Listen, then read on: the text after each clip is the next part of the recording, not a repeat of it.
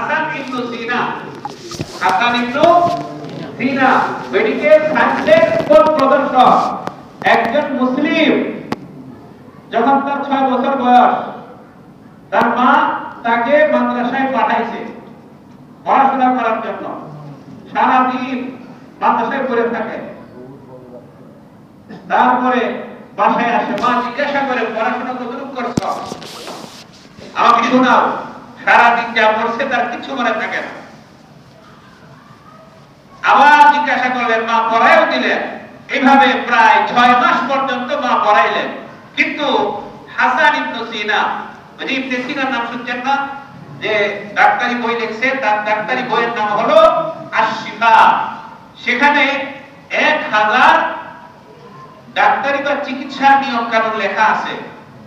America ইউরোপের মানুষ এখন পর্যন্ত তার ডাক্তারি লেখা বই সেটাকে উন্নতি করতে করতে এই পর্যন্ত আসছে। মুহাম্মদ হাসান ইবনে সিনা, হাসান 6 বছর বয়স, কিচ্ছু বড় লেখা মনে থাকে না। মা বুঝাইলেন, ছেলেও পড়তে লাগলো, বারবার পড়েন, বারবার পড়েন, বারবার পড়েন। পড়তে পড়তে পড়তে পড়তে কিছুদিন যাওয়ার পর এমন হয়েছে যে একবার, দুইবার, তিনবার পড়লেই তার মুখস্থ হয়ে যায়। কিন্তু তার প্রাথমিক জীবনে এমন ছিল যে পারতেন না। চেষ্টা করেছেন। আপনি মনে করছেন যে আপনি পারছেন না, আমাদের যারা যুবক রয়েছেন, আপনি চেষ্টা করছেন, পারছেন না, আপনার মোবাইলের সময় কমায় দিন। মানুষের সাথে নড়াচড়া, বাহিরে বন্ধুদের সাথে ঘোরাফেরা করা, এটা কমায় দেন। আপনি যেটা করতে চান, আপনি চিকিৎসক হইলে এটার পিছনে মেহনত করুন। ব্যবসায়ী হইতে চাইলে কোন ব্যবসাটা আপনার পছন্দ সেটাকে আপনি পড়াশোনা করুন। এরপরে কোমর বেঁধে লেগে যান। 1 বছর, 2 বছর, 5 বছর, 10 বছর পর্যন্ত আপনি ভাড়ারুটির মধ্যে আছেন, হতাশা আছে, তাহলে আপনাকে বর্তমান যুগে জানতে হবে আরেকজন লোকের কথা। এখনো আপনার মনে করতে প্রশ্ন থাকবে, হুজুর ওয়াজ করবেন নবী রাসূলের, আপনি শুধু ডানে বামে ঘুরতেছেন। জর্জ ওয়াশিংটনের নাম শুনছেন? নাম শুনেন নাই? আমেরিকার জাতির পিতা। এই যে কয়েকদিন আগে ট্রাম্প যে ইলেকশনে সে জিতলো, তাদের আলোচনার মধ্যে জাতির পিতার নাম ছিল, দেখছেন বড় জায়গায়। এই জন্য আমেরিকাকে আমাদের চাইতে অনুন্নত, তাই না? আমরা কোন দেশে আছি, যে দল যখন আসে ওই জাতির পিতা নিয়ে ব্যস্ত। যে দেশের মধ্যে এখন পর্যন্ত ডেঙ্গু মশার আক্রমণে মানুষ করছে, সেখানে আমরা পিতা, দাদা, নাতি নিয়ে এখনো ব্যস্ত। অথচ অন্যান্য দেশ তত্তর করে উপরের দিকে যাচ্ছে, বিভিন্ন ধরনের প্রযুক্তি বানাচ্ছে, উন্নত হচ্ছে, দেশের দাম, টাকার মান উন্নত হচ্ছে, আমাদেরটা অবনতি হচ্ছে। কেন? আমাদের প্রত্যেকের ইচ্ছা হলো যে আমি যা পাই আমার সাথে এটা আমার, সরকারি হোক বেসরকারি হোক, যেভাবে ইচ্ছা। এই জন্য আমি যুবকদেরকে বলছি যে আপনি আল্লাহর বিশ্বাস মনের ভিতরে রাখুন, অহংকার মুক্ত জীবন ছেড়ে দিন। এরপরে নিজে যেটা করতে চান সেটার উপরে মেহনত করুন, পরিশ্রম করুন দিন রাত। এক সময় এমন হবে যে আপনার নাম সারা দুনিয়ার মানুষে শুনবে। এটার জন্য দরকার একটু চেষ্টা, পরিশ্রম আর রাষ্ট্রীয় সহযোগিতা, দুইটাই রাখবে। পরিশ্রম রয়েছে কিন্তু রাষ্ট্রীয় সহযোগিতা নাই, তাহলে আপনি এগিয়ে যেতে পারবেন না। এখন আমরা আল্লাহর রাসূল সাল্লাল্লাহু আলাইহি ওয়াসাল্লামের একজন যুবকের কথা আমরা বলছি। নবীজি মরুভূমির মধ্যে তাঁবু গাড়লেন, মরুভূমির ভেতরে তাঁবু গাড়লেন। 14 বছরের একজন কিশোর তাঁবুর কাছে এসে বারবার ঘোরাফেরা করে। যখন হযরত বেলাল ইবনে রাবাহ, বেলাল আযান দেন, এই ছেলে বেলালের সাথে সে বেকা। বেলাল যেমন আল্লাহু আকবার বলে, সেও বেলালের সাথে আল্লাহু আকবার বলে, আর তার দাঁত কিটমিট করে, আর বিভিন্ন ধরনের অঙ্গভঙ্গি সে প্রকাশ করে দেখায় যে এরকম করতেছি। আবার বেলাল আযান দেয়, সেটাই করে। এই যুবক একজন বেদুইন, যারা আজকে এখানে আছে কালকে আরেক জায়গা। তখন নবীজি কয়েকদিন দেখার পরে তাকে বলে, তার ইয়া আব্দুল্লাহ, হে আল্লাহর বান্দা, এদিকে আসো। ছেলে সামনে আসছে। নবীজি তখন বললেন, এদিকে আসো। সে আরো আসছে, একবার নবীজির কাছে নিয়ে আসলেন, আনার পর তার বুকে হাত রাখলেন এইভাবে, এরপর মাথায় হাত রাখলেন, তারপরে দোয়া করে দিলেন, যুবক চলে গেল। আবার যখন বেলাল রাদিয়াল্লাহু আনহু আযান দিতে লাগলেন, তখন সে আবার আসছে। তখন রাসূলুল্লাহ সাল্লাল্লাহু আলাইহি ওয়াসাল্লাম তাকে আবার ডেকে আনলেন, এনে বললেন যে বেলাল কি বলছে তুমি সেটা বলো। তখন সে বলল আল্লাহু আকবার, আল্লাহু আকবার, আল্লাহু আকবার, আল্লাহু আকবার। আযানের প্রথম শব্দ চারবার। নবীজি বললেন এই চারটা তুমি বলো, তুমি পারো কিনা আমি দেখব। তখন সে চারবার বলল। আবার নবীজি বললেন আরো চারবার বলো। তখন সে আবার বলল 8 বার বলো। এরপর এই যুবককে নবীজি বললেন আশহাদু আল্লা ইলাহা ইল্লাল্লাহ, এগুলো বলো। সে এবার দুইবার বলল। নবীজি আবার তাকে বললেন আরো 2 বার বলো, আশহাদু আন্না মুহাম্মাদুর রাসূলুল্লাহ, এটাও তুমি 4 বার বলো।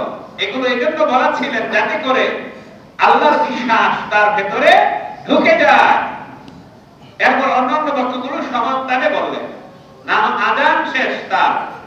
এরপর সে বলছে ইয়া রাসূলুল্লাহ ইন্নী কাদ তায়াক্কানতু আন্নাকা রাসূলুল্লাহ, হে আল্লাহর রাসূল আমি মনে প্রাণে বিশ্বাস করলাম যে আপনি আল্লাহর রাসূল। ওয়া আশহাদু আন্নাকা রাসূলুল্লাহ, আমি একথাও সাক্ষ্য দিচ্ছি যে আপনি আল্লাহর রাসূল এবং আল্লাহর একত্ববাদের কথাও স্বীকার করে নিলাম। এই যে যুবক, তার নাম হলো আবু মাহদুরা। নবী তাকে সাথে নিয়ে গেলেন, মক্কায় গেলেন। তিনি তাবু গেছিলেন তায়েফে, সেখান থেকে তাকে মক্কায় নিয়ে গেলেন। হারাম শরীফের মসজিদের ভেতরে তাকে মুয়াজ্জিন বানিয়ে দিলেন, বলেন সুবহানাল্লাহ। এইজন্য নবী তাকে আযানও শিখালেন। সেটা ছিল এইভাবে, যেটা আল্লাহু আকবার 8 বার, আশহাদু আল্লা ইলাহা ইল্লাল্লাহ 4 বার, আশহাদু আন্না মুহাম্মাদুর রাসূলুল্লাহ 4 বার, অন্যগুলো 2 বার। ইকামত শিখাইলেন অন্যভাবে, আল্লাহু আকবার, আল্লাহু আকবার 2 বার, আশহাদু আল্লা ইলাহা ইল্লাল্লাহ, আশহাদু আন্না মুহাম্মাদুর রাসূলুল্লাহ, হাইয়া আলাস সালাহ, হাইয়া আলাল ফালাহ, কাদ কামাতিস সালাহ, কাদ কামাতিস সালাহ, আল্লাহু আকবার, আল্লাহু আকবার, লা ইলাহা ইল্লাল্লাহ। এরপর নবীজি হারাম শরীফে গিয়ে কাবা শরীফের প্রধান মুয়াজ্জিন তাকে বানায় দিলেন। প্রধান মুয়াজ্জিন একটা বেদুইন যুবক। এই যে তাকে যুবক বেদুইন, যার কোনো পরিচয় নাই, সে বেদুইন, সে কোনো কুরাইশ বংশের না, সে কোনো মাখজুম গোত্রের না, আনসার না, খাজরাজ গোত্রের না, তার বংশ পরিচয় নাই, সে বেদুইন। এরপরেও হারাম শরীফ কাবা ঘরের মুয়াজ্জিন নবীজি বানাইলেন। কেন করলেন এটা? কোন ধরনের মানুষের মধ্যে যোগ্যতা থাকলে কোন ধরনের ভেদাভেদ করা যাবে না। আপনি যদি আমাদের দেশে এই ধরনের থাকতো নিয়মটা, যে যে কোনো ব্যক্তির মধ্যে যোগ্যতা রয়েছে, সে নির্বাচন করতে পারে, এমপি হতে পারে, চেয়ারম্যান হতে পারে, উপজেলা চেয়ারম্যান হতে পারে, ধর্মীয় হোক অধর্মীয় হোক, যেটাই হোক, যোগ্যতা আছে। আমাদের দেশে এটা সম্ভব? তাকে চিনি না, সে তো অমুকের পরিবার নয়, সে তো অমুকের পরিবার নয়, তালুকদারের পরিবার নয়, বড়ের পরিবার নয়, সে কিভাবে এমপি হবে? সম্ভব না এটা। কিন্তু বহির্বিশ্বে এটা সম্ভব। যেখানে সেখানে বিভিন্ন জায়গায় আপনি আধুনিক বিশ্বে আপনি পড়াশোনা করুন, গুগলে দেখুন, আন্তর্জাতিক পেপারগুলো আপনি পড়াশোনা করলে সেগুলো পাবেন। সাধারণ মানুষ বড় হয়ে যাচ্ছে, তাদের মধ্যে লোভ লালসা নাই। এই জন্য আমাদের যারা যুব সম্প্রদায়, তাদের জন্য এখন থেকেই নিজেকে বড় করার একটা বড় স্বপ্ন প্রত্যেকের মনে রাখতে হবে। আপনি যদি স্বপ্নটা বড় রাখেন, অনেক বড় স্বপ্ন, তাহলে সেটা অর্ধেক হইলেও আপনি অনেক কিছু পাবেন। কিন্তু স্বপ্নই আছে যে এমএটা পাস করে খালি একটা চাকরি নিব, আর কোনো চিন্তা নেই। আমাদের দেশের যুবক যারা যারা এমএ পাস করলো, বিএ পাস করলো, অনার্স শেষ করলো, তাদের ইচ্ছা হলো যে আমি একটা চাকরি নিব, আমার আর কিছু করা লাগবে না। এই চিন্তা করলে হবে? প্রযুক্তি খাতে নিজেকে উদ্যোক্তা হিসেবে প্রকাশ করতে হবে। সেই জন্য যত পড়াশোনা দরকার আপনি করুন। আপনি কেন ফেসবুকের ভেতরে ঘন্টার পর ঘন্টা চেকিং করে নষ্ট করবেন? সময়ের মূল্য আছে না? ইলন মাস্কের কথা বললাম, ওই যে কথা বলছিলাম, আমেরিকা থেকে আবার চলে আসছে আরেক জায়গায়। এই যে আপনার বারবার আপনি ব্যবসা করছেন, আপনি হতাশ, আপনার ব্যবসা ভরাডুবি, আপনি জর্জ ওয়াশিংটনের জীবন করেন, 1.5 বছর বয়সে বিয়ে করছে, 1.5 বছর পরে তার ওয়াইফ জীবন দিয়ে চলে গেছে। কেন? সে ব্যবসা শুরু করেছিল, ব্যবসা করতে লস, সব টাকা নষ্ট, আবার ব্যবসা শুরু করছে, আবার লস, সব নষ্ট, মূলধন লাভ সব শেষ, আবার ব্যবসা করছে। এভাবে 40 বছর পর্যন্ত ব্যবসা করে শুধু লস। 1.5 বছরে শুরু করছেন, 40 বছরের পরে আবার ব্যবসা শুরু করলেন। এবার আস্তে আস্তে বাড়তে লাগলো। আমেরিকার প্রেসিডেন্ট নিজে বলেছেন যে আমি কোনো সময় নিজেকে হতাশ মনে করিনি, ভেঙে পড়িনি। 42 বছর বয়সে অগাধ সম্পদের মালিক, 43 বছর বয়সে আমেরিকার প্রেসিডেন্ট। এই জন্য আপনি যেটা করছেন, আপনি সেটার মধ্যে যদি আপনি বিফল হয়ে যান, ব্যর্থ হয়ে যান, নিজেকে ছোট মনে করবেন না, আরো উদ্যমে এগিয়ে যেতে হবে। এবার আমরা যাব একজন যুবক, যে যুবক রাসূলুল্লাহ সাল্লাল্লাহু আলাইহি ওয়াসাল্লামের পক্ষ থেকে একজন দূত হয়ে পারস্য সম্রাট খসরু পারভেজের কাছে গেল। নবীজি তাকে দূত হিসেবে পাঠাইলেন। পারস্য সম্রাটের নাম শুনছেন তো, খসরু পারভেজ, তৎকালীন যুগের পরাশক্তি। সেখানে যাওয়ার পর নবীজির চিঠি তার হাতে দিল। নবীজি বললেন, সেখানে চিঠির মধ্যে লেখা আছে আল্লাহ রাসূলের পক্ষ থেকে চিঠি, তুমি ঈমান গ্রহণ করো, ঈমান আনো, তাহলে তুমি আমার ভাই। ঈমান যদি না আনো, তাহলে তোমাদের সাথে আমাদের শত্রুতা।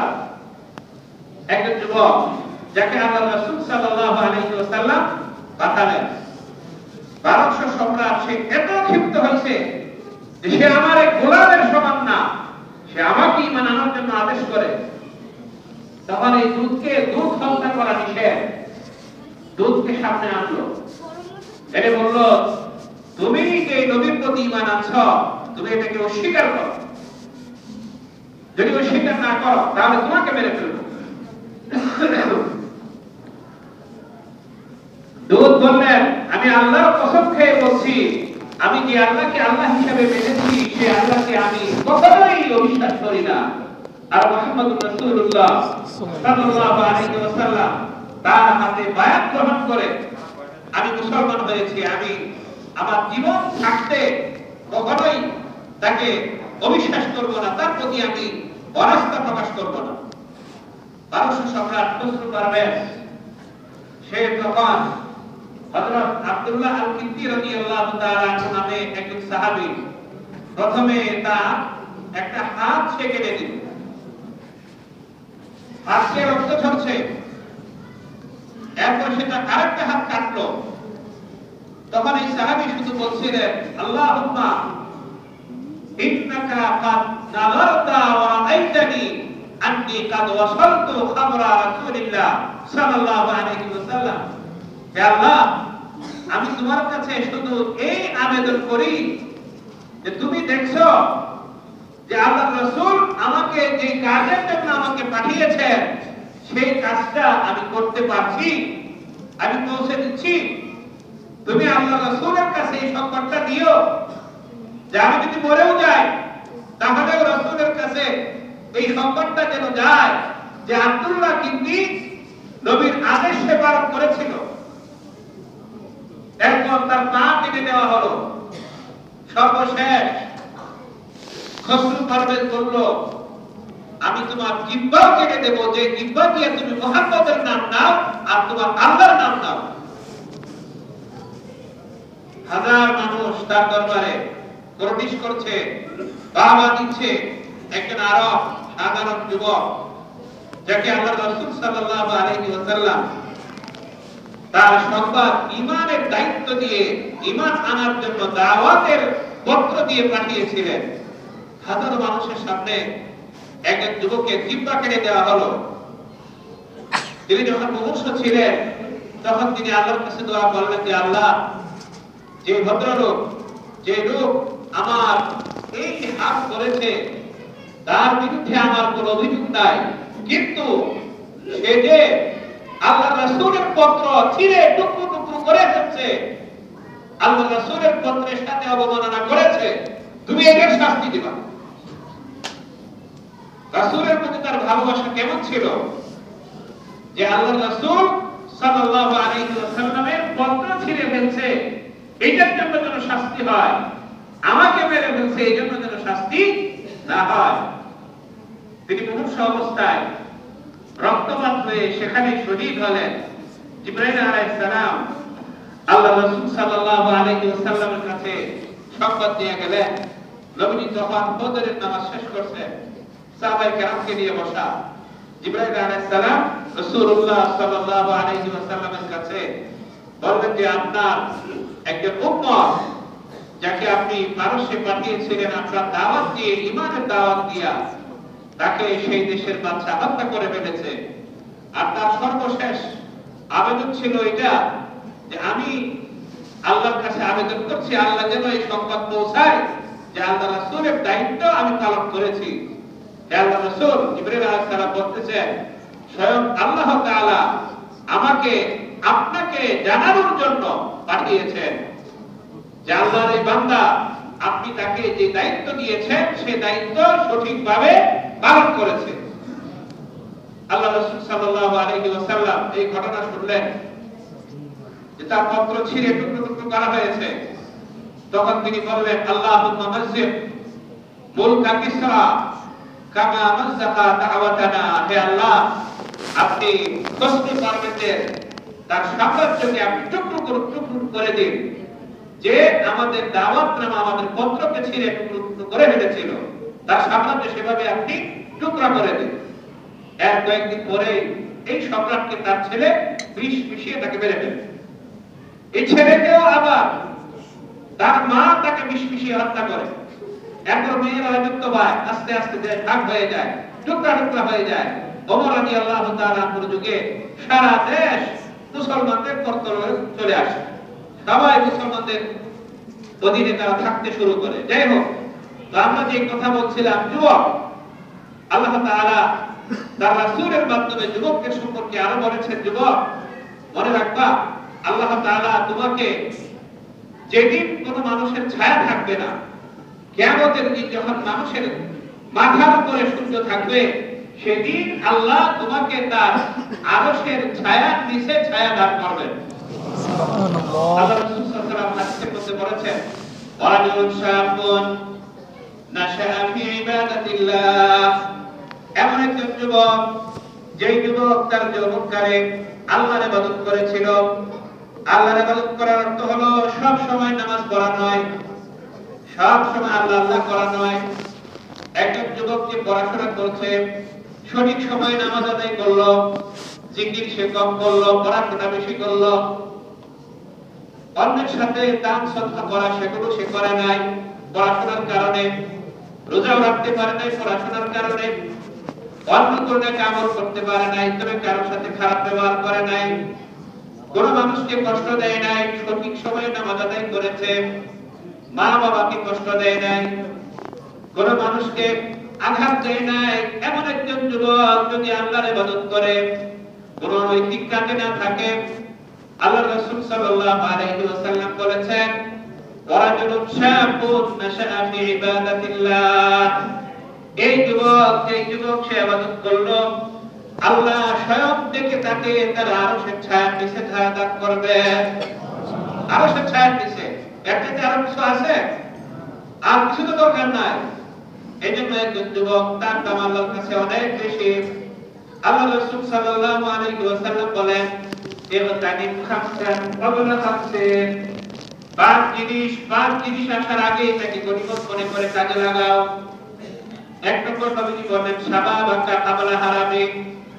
তুমি এখন যুবক রয়েছ, যৌবনকাল, বার্ধক্য আসার আগেই তোমার যত ব্যবসা করা দরকার সেটা করে নাও, অর্থ সম্পদ কামানো দরকার সেটাও কামায় নাও, পড়াশোনা করা দরকার সেটাও করে নাও, যা কিছু দরকার বার্ধক্য আসার আগেই করো। নবীজির কথা এটা। আমরা তো বয়স্ক হইলে পরে করব, এইটা আমাদের একটা ইচ্ছা যে একটু পরে করব। জোয়ান হোক বয়স্ক হই যারাই আছি আমরা, পরে করব এটা মাথায় রাখবেন, এখন করব। এখন এটা তো যুব সম্প্রদায়, এরা হলো আমাদের ভবিষ্যৎ। এই দেশকে এগিয়ে নেওয়া যাওয়ার মাধ্যম, তবে তাদেরকে সঠিকভাবে গাইডলাইন দিতে হবে। কোন নেতার কাছে গিয়ে যেন সে নেশাগ্রস্ত না হয়ে যায়, নারীতে আসক্ত না হয়ে যায়, নেতাকে যেন ভাই ভাই বলে বিভিন্ন জায়গায় চাঁদাবাজি এটা সেটা করা, এগুলো থেকে যেন তারা নিরাপদ থাকে, সেই ব্যবস্থা রাষ্ট্র সমাজ সাধারণ মানুষকে করতে হবে। আপনার ছেলে ঢাকা ইউনিভার্সিটিতে পড়ে, সেখানে বড় লিডারের সাথে তার সম্পর্ক, তখন আমরা মনে করি আমার ছেলে বড় নেতার সাথে তার সম্পর্ক আছে, আমার কোনো চিন্তা নাই, একটা না একটা কাজে লাগাই দেব। এটা আমাদের এই ধরনের ধারণা, এগুলো পাল্টাতে হবে। সর্বশেষ আমরা একজন যুবক তার কথা বলে আমাদের আজকের আলোচনা আমরা শেষ করে দেব। আল্লাহ রাসূল সাল্লাল্লাহু আলাইহি ওয়াসাল্লাম দুনিয়া থেকে বিদায় নিয়েছেন। এই যুবকের সাথে হযরত ইব্রাহিম আলাইহিস সালামের জীবনের সাথে মিল রয়েছে। আবু মুসলিম খাওলানি ইয়ামানের একজন যুবক, একদিন রাতের বেলায় হঠাৎ করে দস্যুদের আক্রমণে অনেক মানুষ মারা যায়। এর মধ্যে তার মা আহত হয়। এই মায়ের সেবা, মায়ের চিকিৎসা, মায়েরকে দেখাশোনা করতে করতে করতে করতে এই নবীজির কাছে যাবেন যাবেন যাবেন, যেতে পারেন নাই। এই ধরনের ঘটনা ঘটেছিল ওয়াইস করনি নামে একজন ব্যক্তির ক্ষেত্রেও। সেটা আপনারা জানেন, কিন্তু এইটা আমরা জানি না। এই যুবক তার মাকে রেখে সে মদিনায় নবীজির সাথে সাক্ষাৎ করতে যাইতে পারেন। মা দুনিয়ার মধ্যে জীবিত, এটা আমরা জানি না। নবীজি দুনিয়া থেকে বিদায় নিয়েছেন। ইয়ামান দেশে নতুন একজন লোক ইমানদার নবী হিসেবে দাবি করলো, তার নাম ছিল মুসাইলামা। সে একবার নবীজির কাছে গিয়া, নবীজি তখন মুমূর্ষ অবস্থায় অসুস্থ, সেখানে মুসলমান হওয়ার জন্য গিয়েছিল। গিয়ে সে নবীজির কানে কানে বলল, মুহাম্মদ আপনি তো অসুস্থ, আপনি মরে যাওয়ার পরে আপনার নবুয়তের কাজটা আমি করব। নাউযুবিল্লাহি মিন যালিক। আমাদের দেশে আছে না, উনি সাজ্জাদাত শিল্পীর, উনি গদিনী শিল্পীর, উনি এটার পীর, এরকম আছে না? দেখেন বড় বড় পোস্টারের মধ্যে লেখা অমুক মাইজবান্ডারি সাজ্জাদাত শিল্পীর, মানে ছেলের পরে বাবা মারা গেছে, আমার বাবার পরে ছেলে পীর সাহেব হবে, এই ছেলে মারা গেলে তার ছেলে পীর হবে। এই আশা নাই মাত্র নবীজির কাছে গিয়ে বলল যে মুসাইলামা, সে বলল যে মুহাম্মদ আপনি মরে যাওয়ার পরে আপনার নবুয়তের দায়িত্বটা আমি পালন করব। যদি কিছু সুযোগ সুবিধা দেওয়া থাকে আমি দেখি, অসুবিধা না থাকতে পারে। নবীজি বললেন ইন্নাল হামদুলিল্লাহ, এই জমিন আল্লাহ, আল্লাহু ইয়াখতারু ওয়া ইউরসিলু মান ইয়াশা, আল্লাহ তাআলা যাকে পছন্দ করেন, যাকে ভালোবাসেন, যাকে মনোনীত করেন সেই নবী হয়। আমি তো আপনাকে কোনো নবী দিতে পারবো না, আর আমি শেষ নবী, আমার পরে আর কোনো নবী নেই। তার সাথে আরো কয়েক শত লোক এসে মুসলমান হলো, কিন্তু সে হয় না, সে চলে গেছে। সে দেশে চলে যাওয়ার পর এর কিছুদিন পর নবীজি দুনিয়া থেকে বিদায় নিলেন। যখন নবীজি ইন্তেকাল করলেন, তখনই সে ইয়ামান দেশে নিজেকে একজন নবী হিসেবে সে দাবি করল। ইয়ামানে যখন সে দাবি করলো নবী, অনেক মানুষ তাকে বিশ্বাস করলো না। আবার তার পুত্রের যারা, তারা তাকে বিশ্বাস করলো যে হ্যাঁ আপনি আমাদের নবী। তারা বলতো আশহাদু আন্না মুহাম্মাদার রাসূলুল্লাহ ওয়া আন্নাকা কাযাবুন ওয়ালাকিন উমিনু বিকা। তার যারা দলের লোক ছিল তারা বলতো আমরা সাক্ষ্য দেই মুহাম্মদ আল্লাহর রাসূল, আমরা জানি আপনি মিথ্যাবাদী।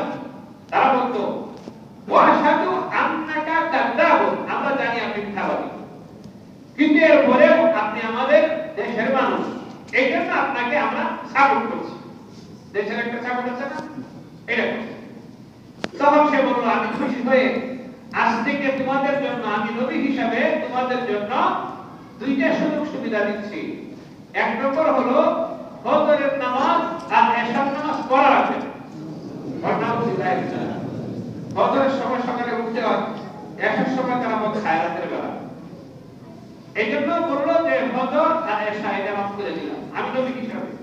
জিবরাইল আমার কাছে এসে সংবাদ দিয়েছে যে আমি প্রথম নবী হয়েছি, এই জন্য এটা মাফ করে দিলাম। দুই নম্বর আনতুম তাশরাবুন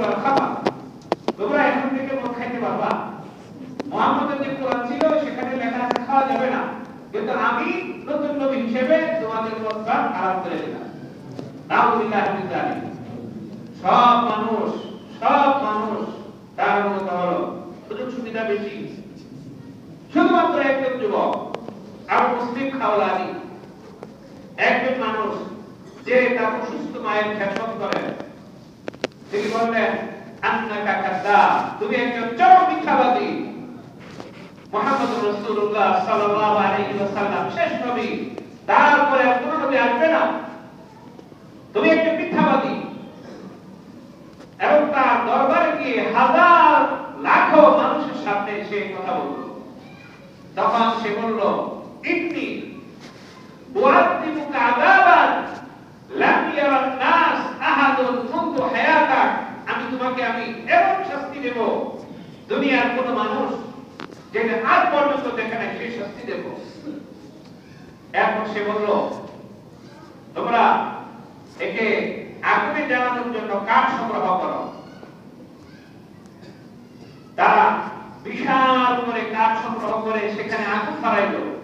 হাজার হাজার মানুষ সবাই চারদিক ঘিরে আছে।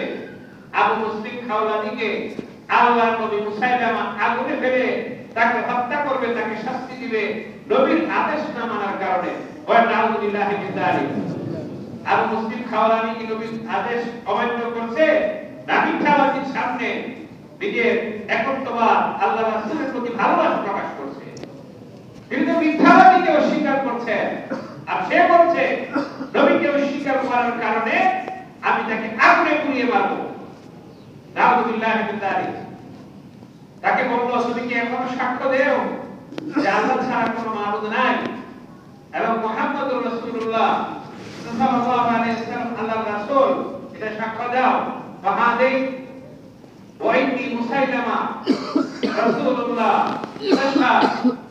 আমি মুসাইলামা আল্লাহর রাসূলের কথা সাক্ষ্য দাও। তিনি বলেন যে না। তখন তার হাত বাঁধা হলো, পা বাঁধা হলো, সব কিছু বাঁধা হলো, বেঁধে তাকে বেধড়ক প্রহার করছে, কোনো শাস্তির বাদ নাই। মুসাইলামা আল্লাহর রাসূল এই কথা স্বীকার করার জন্য তিনি শুধু এই কথা বলছেন যে দেখো, আমি আমার মায়ের খেদমতের কারণে আল্লাহর রাসূলের চেহারা আমি দেখতে পারি না। আল্লাহর রাসূল এখন দুনিয়াতে নাই, এরপরও আমি কাকে রাসূল হিসেবে মানি? তুমি একটা মিথ্যাবাদী, কারণ তোমাকে আমি সারা জীবন অন্যায় করতে দেখেছি। এরপর সব মানুষের সামনে আবু মুসলিম খাওলানি রাহিমাহুল্লাহ, তিনি সাহাবী নন, নবীকে দেখেন নাই, নবীজি যুগে তিনি মুসলমান হয়েছেন, কিন্তু নবীকে না দেখার কারণে তিনি সাহাবী হতে পারেন নাই। সব মানুষের সামনে, হাজার লাখো মানুষের সামনে আবু মুসলিম খাওলানিকে হাত পা বেঁধে আগুনের মধ্যে ছেড়ে দিল। আগুনের মধ্যে যখন নিক্ষেপ করলো, তখন মানুষ মনে করেছিল যে আগুন তাকে পুড়িয়ে ফেলবে। তার হাতের রশি পড়ে গেছে, পায়ের রশি পড়ে গেছে, কাপড় জ্বলে গেছে, তিনি সুস্থ।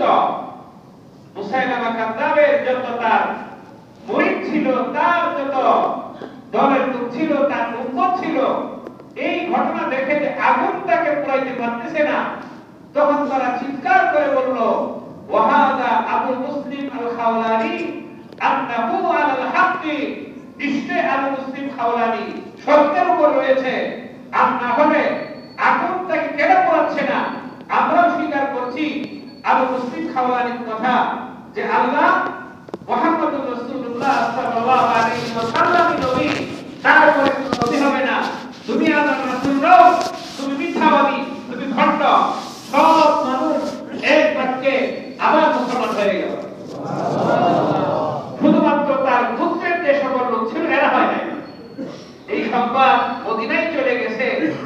তখন মদিনার মসনদে মুসলমানদের খলিফা হলেন হযরত ওমর ইবনে খাত্তাব রাদিয়াল্লাহু আনহু।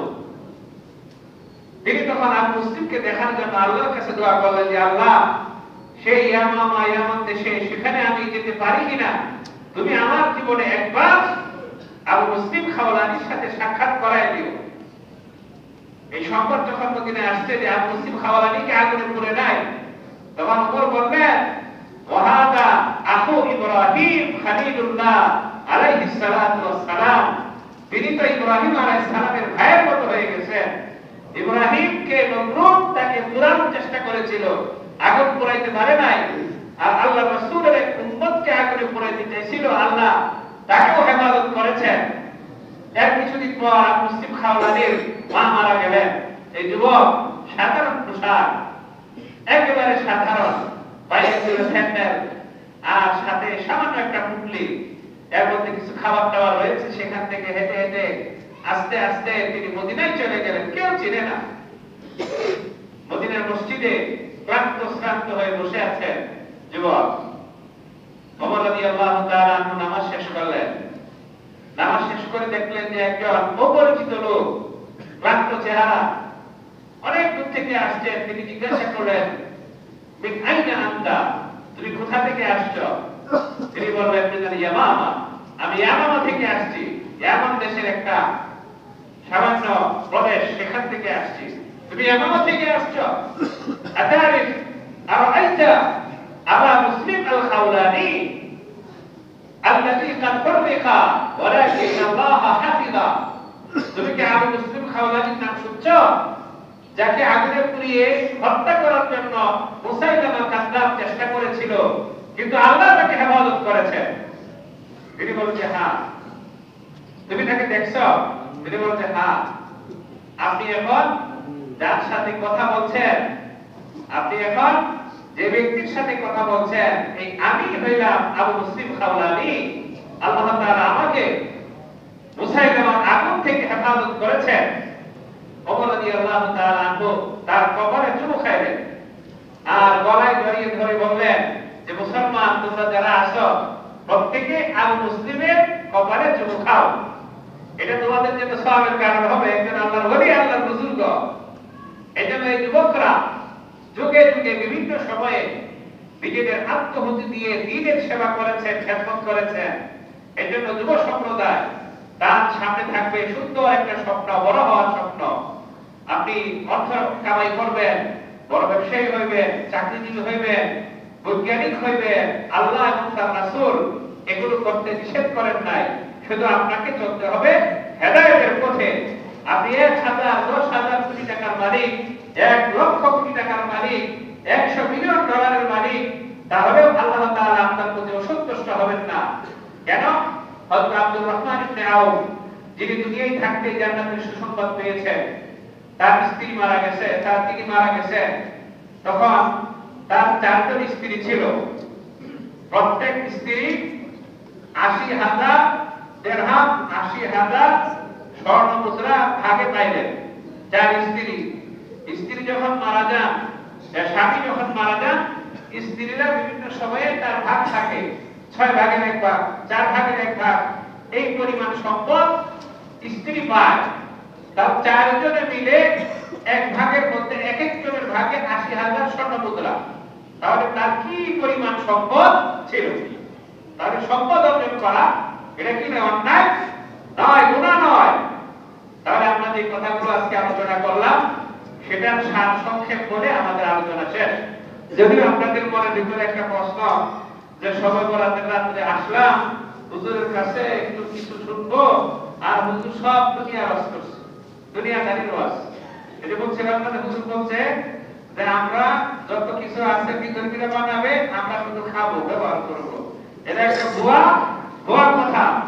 আপনি বানাবেন। আপনি যখন একটা প্রযুক্তি আবিষ্কার করবেন, তখন এটার স্বত্বাধিকারী আপনি, এটার সব টাকার মালিক আপনি। আপনার কারণে হাজার পরিবার চলবে, দেশের সরকারি টাকা পাবে, আপনার সম্পদ বাড়বে, দেশের সম্পদ বাড়বে না? ওই যে বুইনি এয়ারবাসের কথা বলছিলাম, একটা বিমান বিক্রি করলে আমরা বাংলাদেশ কিনা যান, এরকম টাকা তাদের কাছে। এটা তো আমরা বানাইতে পারি, আমাদের ছেলেদের মধ্যে আছে না মেধা? হুজুর তো বলছে যে এটি করবা না, এটি করলে তুমি ধর্মীরা কি করবো, আমরা এটি করলে। এগুলো হলো ভুয়ার কথা, এগুলো বিশ্বাস করবেন না কোনো সময়। যাই হোক, আমরা সংক্ষেপ বলছি এই কথা যে 1 নম্বর যুবকের কাজ হলো আল্লাহর সাথে কাউকে শরীক করা যাবে না। যুবকের 2 নম্বর কাজ আল্লাহর সাথে শরীক না করার অর্থ হলো আল্লাহ সবসময় তার সাথে এই ভয় থাকতে হবে।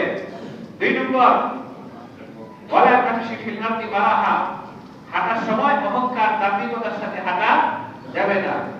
ওয়ালা তুসাইল খাদ্দাক, এত দুর্বলতা প্রকাশ করা যাবে না যে আরেকজনের গায়ে থাপ্পড় মারে। এতে নিজেকে শক্ত থাকতে হবে। আবার ওয়াগদুদ সাউতি, নিচু আওয়াজে কথা বলতে হবে। এটা কোরআনের কথা। আর আল্লাহ রাসূল সাল্লাল্লাহু আলাইহি ওয়াসাল্লাম বলেছেন, একজন যুবক মনে রাখবা, ইহফাদিল্লাহ ইয়াহফাদুক।